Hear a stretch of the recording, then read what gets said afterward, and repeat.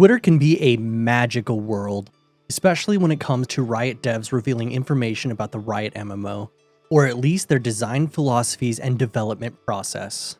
Recently, Mark Yetter, the game director for the Riot Games MMO, formerly working on League of Legends, has posted a very interesting thread about kind of hand-holding and just respecting players' intelligence. He started off by saying, "A design value I've been chasing a lot is to respect players' intelligence. It's a challenging one, and a big polished AAA game dev process struggles with it in particular. This most frequently is related to how you present information and guidance to the player. Ultimately, you don't want the player to get hard stuck, but if you spoon feed them everything, you remove a ton of the best parts. Discovering things on your own, mastering the game by doing, and solving the what to do next puzzle is one of the core satisfactions when playing. The problem applies in so many places as well. How much guidance do you put on a player's map in an RPG? How much info do you put in the spell tooltip? How much do you show to the player when an enemy attack is incoming?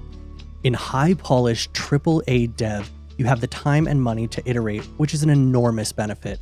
But ironically, in this particular area, it can hurt you. There is a pull where every time a playtester runs into a problem or gets stuck to fix it with more guidance or restrictions. 4 things I've found most helpful in finding the sweet spot is match player intuition, focus on game strengths, plan for good failures, tools for learning, and not answers. The first one, match player intuition. Of course you want to make the answers make sense for the problem. To cheer up your dog Rover, you'd expect to feed her or pet her, not give her a tattoo. Similarly, if I see a bomb ticking down, I expect it to hurt me, not heal me.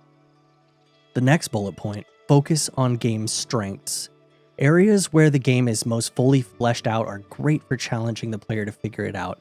An action game like Dark Souls with awesome animations doesn't need big red indicators in the world for every attack. Next is plan for good failures. There's trial and error in the process, so think about the failures. Low stakes enemies like minions are great for trying out spells and doing the wrong for a while. If you're searching for clues, better to be inside a house rather than a whole continent. Lastly, tools for learning. If you're not telling players answers, how do they get to them? The perfect example here is great environmental design. There is a huge range of ways to give little or big clues. Do I find the source of corruption by following the trail of dead fauna? He then finishes off the thread by saying, I mean level design like that is a whole career path in itself, so this is much easier said than done. Either way, I'm done rambling, and I love this topic too much, lol. Personally, I really enjoy this topic as well, and listening to the lead game director kind of go over the differences between hand-holding and letting the players discover different mechanics within the game themselves is kind of nice to hear. I particularly like when he goes into saying things coming from Dark Souls and how you view animations as opposed to just showing big red lines on the ground that you need to avoid, or just very obvious mechanics that kind of make it more fun to experience and develop a strategy behind. Anyways, I just wanted to keep you all updated on the Twitter goblin status that I've got going on over here on Twitter. If you guys do not follow me on Twitter yet, I would love if you did follow me over there. I just kind of follow the Riot MMO development as much as possible and have a lot of fun. So anyways, I will see you guys tomorrow. I have a new, bigger, longer, better video coming out, and I look forward to seeing you guys there. Anyways, peace.